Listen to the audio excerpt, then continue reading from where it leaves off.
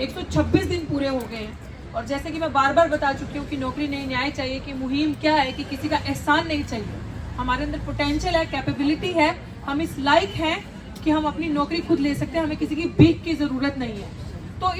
इस वक्त को देखते देखते आज मेरे साथ मेरे राइट साइड पे प्रोफेसर डॉक्टर रतनलाल साहब हैं, जो कि मुझे नहीं लगता कि किसी भी परिचय के मोहताज हैं। आप सब, पूरा भारत, जो भी जागरूक इंसान होगा वो प्रोफेसर रतनलाल साहब को जानता होगा। और मेरे दूसरी तरफ मेरे भाई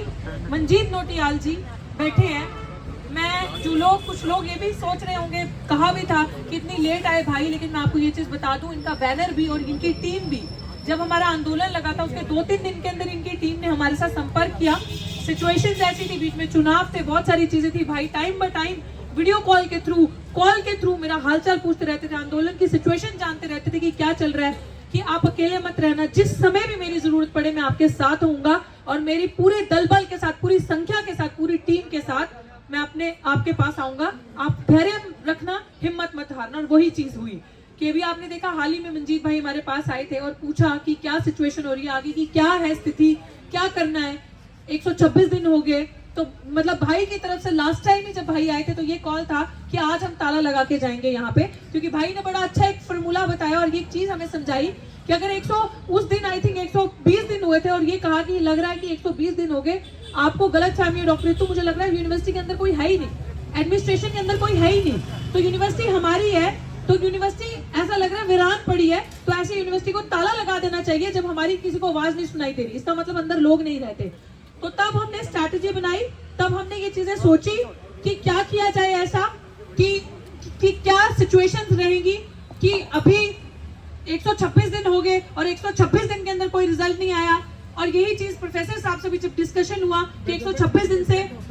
चल रहे हैं हम अनडिफिटेड, एक दिन भी 1 इंच भी हमारे हौसले डगमगाए नहीं, हम डगमगाए नहीं, हम वैसे ही हमारा डिटर्मिनेशन, डेडिकेशन है कि हमें पता है कि जब अम्बेडकरवादी नीले झंडे की ताकत के नीचे यहाँ बैठ गए तो कुछ लेकर ही जाएंगे। लेकिन हमें ये एहसास हुआ आज कि अगर हमने इन्हें, अभी तक तो इन्होंने हमारा एक लेवल देखा है कि हम, हमारे हाथ, जैसे मैं बार बार कहती हूँ, संविधान ने बांधे हैं पीसफुल तरीके से। एक ही हमारे पास विकल्प है, पीसफुल तरीके से अपनी एजुटेशन को करना और चुप करके अपनी मांग करते रहना, इनसे स्टेप बाय स्टेप चलते रहना। लेकिन हमें नहीं लगा कि इन्होंने, हमारे सामने बहुत सारे आंदोलन लगे थे यहाँ पे जो कि इन्होंने उठा लिए, डीन ऑफ कॉलेजेस खुद चल के आए उनकी मांगे सुनने के लिए, क्या मांगी थी, और 2-2, 3-3, 4-4 दिन के अंदर उनके आंदोलन हट गए। लेकिन अब हमारा जो आंदोलन, जो यहाँ पे 126 दिन से एक दलित महिला, साथियों इसके मैं पूरे मीडिया, सोशल मीडिया के राही भी आप सबका बहुत बहुत शुक्रिया अदा करना चाहती हूँ कि आपकी ताकत की वजह से शायद हमारी आवाज जन जन तक पहुंची, आपने हमारी आवाज पहुंचाई और लोगों को बताया। और मुझे भी ये चीज का एहसास हुआ कि इस देश में महिला की कोई इज्जत पहले तो है नहीं, लेकिन अपने आप को देख के एहसास हुआ कि जो भी हमारे लीडर्स हैं वो एक नहीं है, ये चीज हमने मान ली। लेकिन समाज ने ये चीज करके दिखा दी कि समाज एक है, समाज की वजह से ये 126 दिन अनडिफिटेड हौसले से हमने पूरे किए। और हमारे बीच में प्राचा साहब भी अभी आ चुके हैं, तो प्राचा साहब का भी, जो कि किसी पहचान के मोहताज नहीं है, नेशनल कन्वीनर मिशन से कॉन्स्टिट्यूशनल एडवोकेट महमूद प्राचा जी के लिए जोरदार तालियां बजाइए। और उनकी वजह से ये लड़ाई कानूनी रूप में भी और जमीनी रूप में भी मजबूत हुई। और मैं अब ये कहूंगी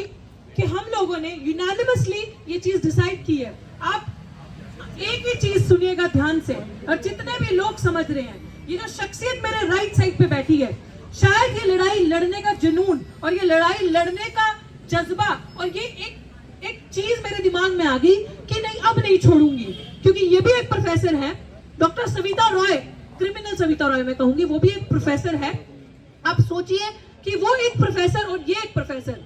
फर्क देखिए कि यही डीसीपी एक फर्जी, मेरे लिए वो एफआईआर फर्जी थी, मैं कोर्ट में मौजूद थी, धार्मिक भावनाएं आहत होगी, तो हमारी भावनाएं नहीं है, हम 126 दिन से बैठे, दलित की बेटी नहीं है, 126 दिन से हमारे समाज की भावनाएं आहत नहीं होनी चाहिए। और इनका केस, इनका प्रमोशन रोक दिया, इनको बाहर जाना था, बाहर जाना रोक दिया। अब सोचिए 2 चीजें, और वहीं पे हमने चार्जशीट तक जमा करवा कर दी उस क्रिमिनल पे, और वो अभी तक कार्यरत है। और हम लोगों ने यूनानिमसली डिसाइड किया है कि अब हमने अल्टीमेटम दे दिया पूरी यूनिवर्सिटी को, सुन ले ये इनके आका, कि 15 दिन के अंदर अगर इन्होंने हमारी मांग नहीं मानी, सविता रॉय को अरेस्ट नहीं किया, डॉक्टर रतनलाल साहब का प्रमोशन नहीं दिया,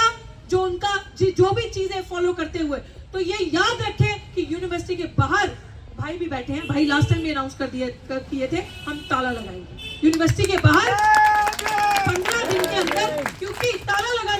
ये है कि हमारी तरफ से हमें ये पता चल चुका है कि हम तो बेवकूफ हैं जो यहाँ बैठ के प्रदर्शन करें। हमें तो अब जाके पता चला कि अंदर ऑफिस में तो कोई है ही नहीं, वाइस चांसलर ऑफिस में कोई नहीं रहता, कुर्सियां खाली हैं, कोई नहीं है वहां पे, इसलिए हमारी सुनवाई नहीं हो रही। तो ये हम लोगों ने डिसाइड किया है और बाकी सभी साथी अपनी बात रखेंगे, प्राचा साहब भी बीच में, सब अपनी बात रखेंगे और बताएंगे कि क्या आगे की रणनीति होगी, क्या किया जाएगा, क्योंकि हमारे प्रोफेसर को तो जाने नहीं दिया बाहर और वही सविता रॉय इस समय विदेश में घूम रही है और वो किस आधार पर, वकील साहब बताएंगे, हमारे पास पूरा सबूत है। यूनिवर्सिटी के लोगों ने ही हमें सबूत भेजे हैं, उनके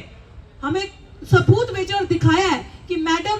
एक प्रोफेसर पे खाली, रतनलाल साहब पे खाली एफआईआर थी और उनका बाहर नहीं जाने दिया, उनको लेक्चर देने बाहर जाना था और उस औरत पे चार्जशीट जमा है और वो अभी विदेश में है और पुलिस ने कैसे उन्हें भेजा, वीजा कैसे क्लियर हुआ, कैसे वो विदेश में बैठी है, ये यूनिवर्सिटी भी रिप्लाई देगी, ये पुलिस भी बताएगी। तो मैं चाहती हूँ कि सर आप थोड़ी इस चीज पे लाइट रखें और बताएं कि ये क्या है।